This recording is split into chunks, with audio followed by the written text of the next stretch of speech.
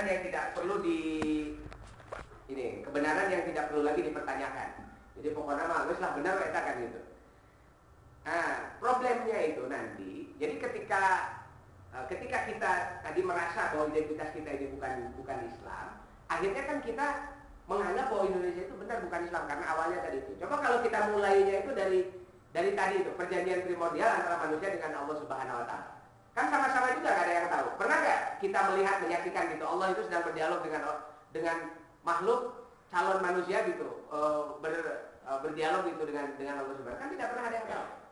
Dua-duanya adalah perkara yang gaib. Kalau perkara yang gaib, maka satu hal yang paling selamat kita hanya menyandarkannya pada khabar gaib.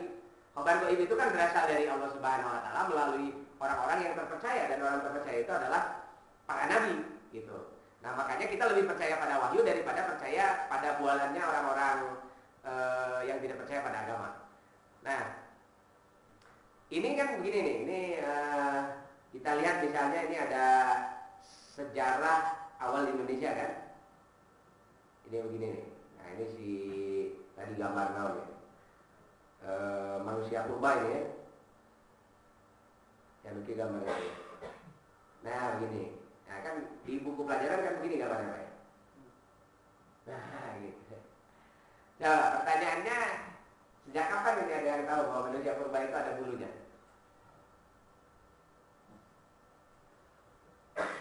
Ini kan nggak bisa dipastikan kapan dia punya bulu. Kan yang ditemukan cuma begini. Ini yang ditemukan loh. Ini kan di Sangiran ini, di Homo erectus namanya. Tengkorak P8 di Sangiran 17. Di Desa Pucung, Sangiran Sragen, Jawa Tengah. Ini ditemukan fosil semacam ini. Ini macam fosil kan tulang.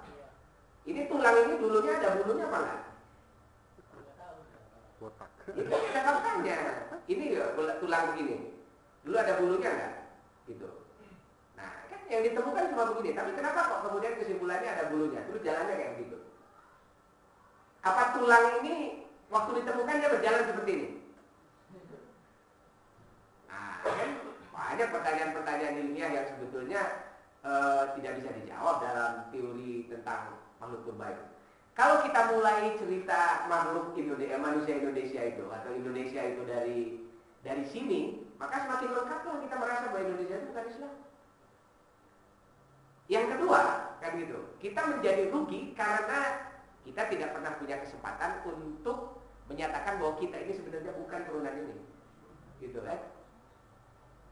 Kan kita kalau nggak protes di sini kan berarti kita amin saja bahwa bapak-bapak ini, kecuali saya nggak itu kan ya, bapak-bapak ini turunannya ini loh ya. Karena manusia purba Indonesia kan ini, jadi nenek moyangnya orang Indonesia ini. Nah, kalau tidak setuju berarti kan kita harus mencari asal primordial dari manusia Indonesia itu apa? Kan yang paling selamat itu ketika kita, karena itu hal yang gaib ya, kita percaya bahwa Nabi Adam itu adalah manusia pertama. Bagaimana Adam menurunkan keturunan itu adalah teori-teori yang spekulatif. Tapi kita percaya bahwa setiap manusia yang akan diciptakan ke alam dunia ini, dia punya perjanjian dulu dengan Allah Subhanahu Wa Taala. Makanya setiap kullu mauludin yuladu ala fitrah. Jadi kalau begitu pertanyaannya, siapa yang tamu di dunia ini? Yang Islam atau yang bukan Islam? Yang tamu siapa?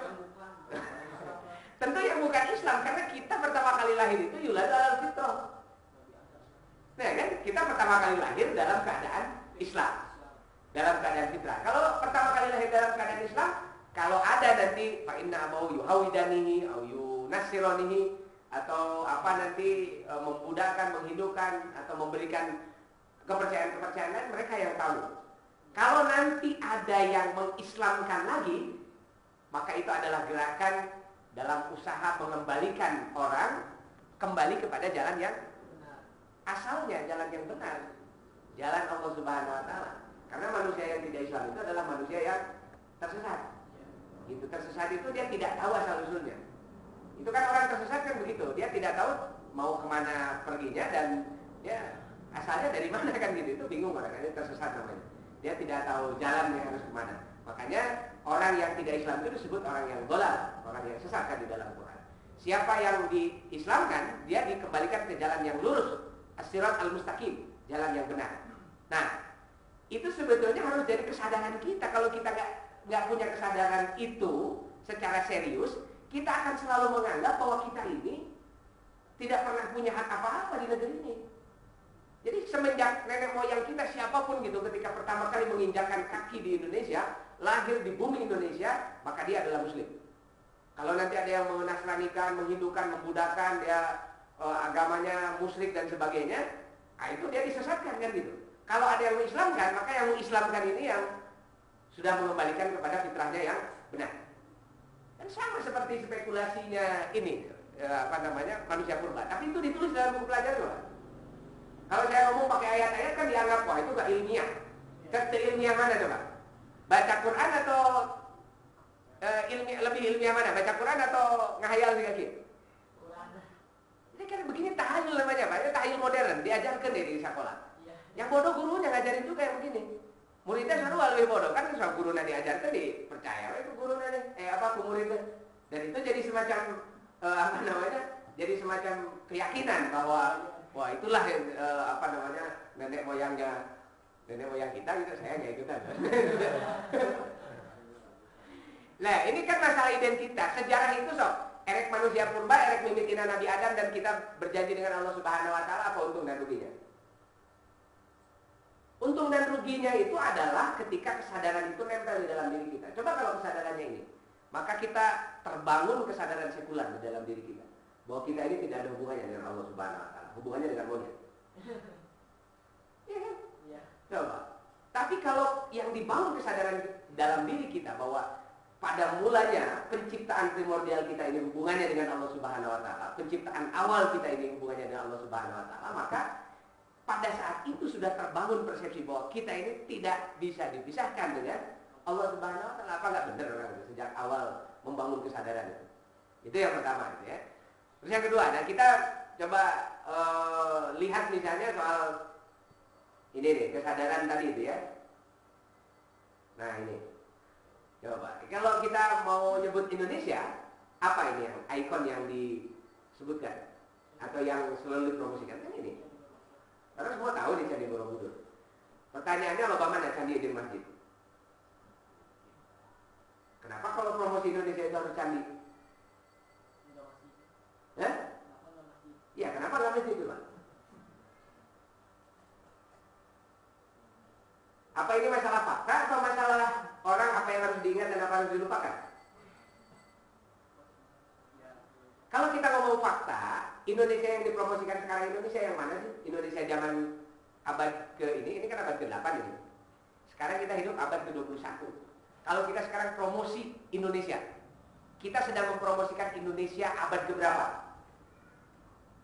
Abad ke-21, abad ke-8? Abad ke-21 dong.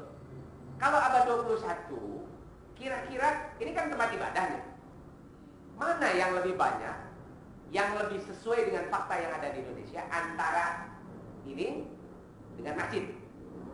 Lebih banyak masjid. Kenapa bukan Istiqlal saja yang dibikin jadi ikon Indonesia? Kenapa bukan, kalau masjid ini kan terlalu kecil dan tidak bagus kan itu. Jadi masjid yang bagus-bagus kan banyak kan gitu ya. Ada masjid Kubah Mas misalnya yang dibikinnya 1 triliun kan gitu ya. Terus ada masjid mana lagi, ada masjid Islamic Center di sana di Jawa Tengah besar sekali. Terus di yang paling besar lagi Asia Tenggara ada di di Makassar. Oh itu luas betul kan gitu ya, seberapa hektar itu. Nah ini kan fakta ini, kan gitu. Fakta ini sangat keras gitu, namanya hard fact. Orang nggak bisa menolak. So mau diskusi pakai apa ini, pakai teori apa? Kita mau sebut mana yang lebih banyak dan lebih sesuai dengan karakter masyarakat Indonesia abad 21. Ini apa namanya, candi atau masjid? Itu tuh masjid dong. Jangankan dibandingkan dengan masjid, sok bandingkan dengan gereja, apa mana candi dan gereja? Lebih banyak gereja dong. Candi dengan gereja lebih banyak gereja. Orang Kristen itu kan lebih banyak daripada orang Buddha. Ini kan candi Buddha itu. Namanya